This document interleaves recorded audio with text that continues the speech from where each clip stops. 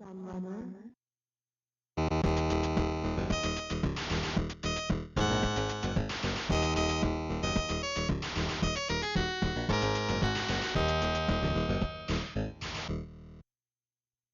everybody, Kieran aka the Retro Dad here, and I've got another Bookazine review for you.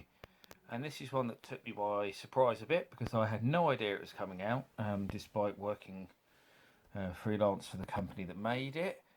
And you can already see it proudly proclaims on here that it's from the makers of Retro Gamer, and it's called the Ultimate Retro Collection. Obviously, the old thing is like they have on Retro Gamer as well. They've copied that across. So really iconic cover with all the retro styled 80s writing, and obviously you can see lots of things on there like Transformers and Madonna and Terminator, Gremlins, Skeletors on there, the Care Bears, the Turtles, all sorts of things. So you can probably already get a pretty good idea of what all of this is about. And as it says, legendary toys and video games. Actually shows quite a few video game bits on the cover there, but there actually isn't that much video game content in it, as you'll see. But for anyone who grew up in the 80s, like I did, you're going to get a lot of joy out of this, as you're about to see. So what I'm going to do is as usual, have a bit of a flick through the magazine so you can see what it's all about. I'm not going to go through it in depth, so we can skip the intro pages.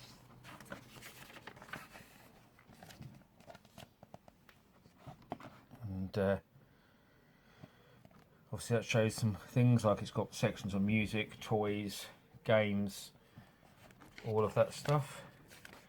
So it starts off with some stuff on Star Wars, unsurprisingly, including the toys and the movies. There's quite a bit on that.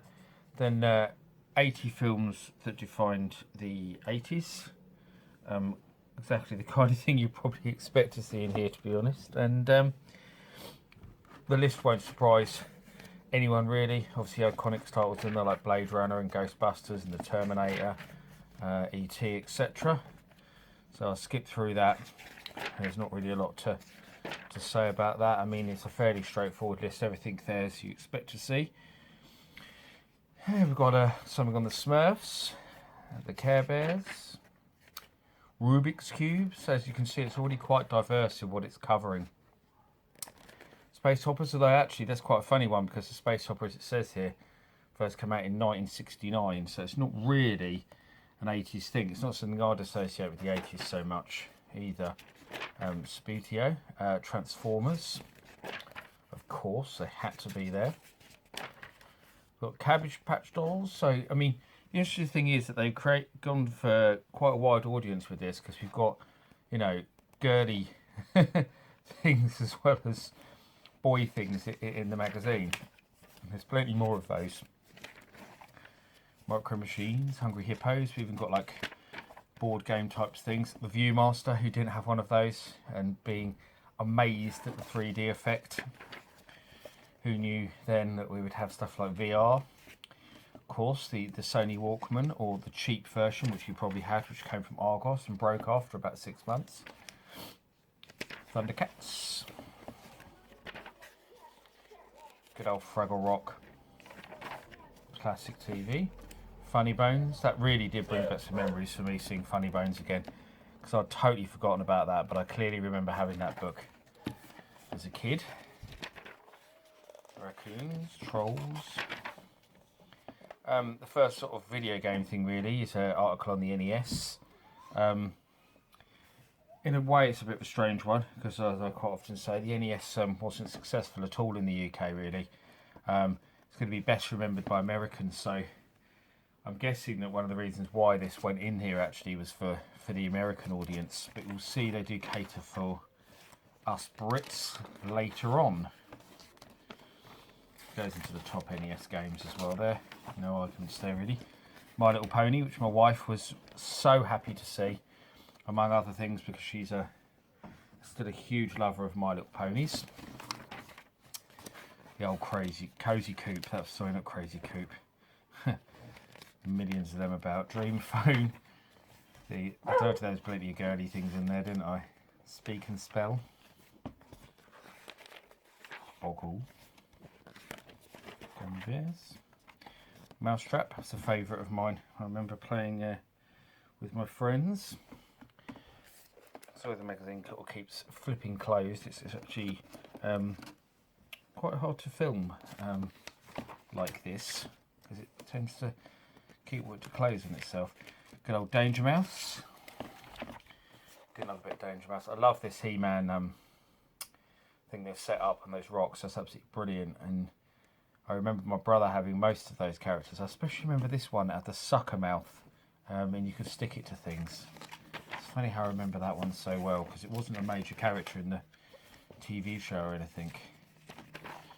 Ruxpin. And as I mentioned, for the UK gamers, it's more about the Master System, which absolutely destroyed the NES in the UK. So that's in there. But no, nothing Atari, sadly. So we didn't get any Ataris. There's no Atari 2600 or 7800 in there, which is a bit of a shame because I do think that should have got a shout as well as being the sort of first big console of the 80s. Again, no argument to the top 10. Sesame Street.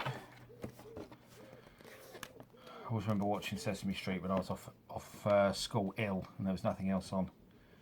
And thinking, why the hell am I watching this? And the reason was because nothing else was on. Good old Teenage Mutant Ninja Turtles. Brilliant and great to see the arcade game in there. Everyone loved the arcade games. And Konami. Super Ted. Pogs. I mean, literally everything that was big in the 80s is in here. Sylvanian Families, Captain Planet, Panini stickers. Actually, I say about everything that was big. This has made me. My brother pointed this out actually, but it's got there. Also, you can see the WWF stickers, which a lot of people remember there with the Ultimate Warrior. But there isn't actually a section at all on WWF in here. And I did think that was quite strange because obviously WWF was pretty big in the 80s with like Hulk Hogan and the Ultimate Warrior and Macho Man and $1 Million Man, Ted DiBiase and Mr. Perfect and all of those. Hero Quest. Trapdoor. Mask. She-Ra. My wife was pleased to see that one as well. G.I. Joe. And then it's a bit about music at the back, going through like the top acts in all the different categories. So you Madonna and Duran Duran and A-ha and Spandau Ballet and all sorts in there. And going back to like the early rap music and stuff. Public Enemy, NWA, Run DMC, etc. And that's about it really. So yeah, that's got a great back cover there as well with the setup of everything falling out of the box. Almost would have made a really good front cover as well. I'm guessing maybe that's why they had a kind of double cover. But yeah, I mean, if you grew up in the 80s like I did, and many of my friends did, who I was showing this magazine to over the weekend, it was just pure nostalgia. There's no other way to describe it. I've never seen so much nostalgia in one magazine ever. It's absolutely incredible, and it's a great little coffee table thing. You leave it there and your friends will come round and they'll pick it up and they'll be like, oh my god, I forgot about this and I forgot about that. And yeah, absolutely outstanding, really well thought out, put together magazine, with pretty much everything you remember growing up with in the 80s in there. It costs £10 if you buy it from WH Smith's. It also costs £10 if you buy it online, but you do have to pay the postage and packing if you buy it online, so it works out a little bit more expensive. But it is out in the shops now, so you can find it. But as always, I will stick a link below where you can order it online from my favourite magazines. And I hope you enjoyed my look at the Ultimate Retro Collection from Future Publishing. And please give us a like, subscribe if you haven't already, and I'll see you for another video very, very soon. Thanks for watching. Bye-bye.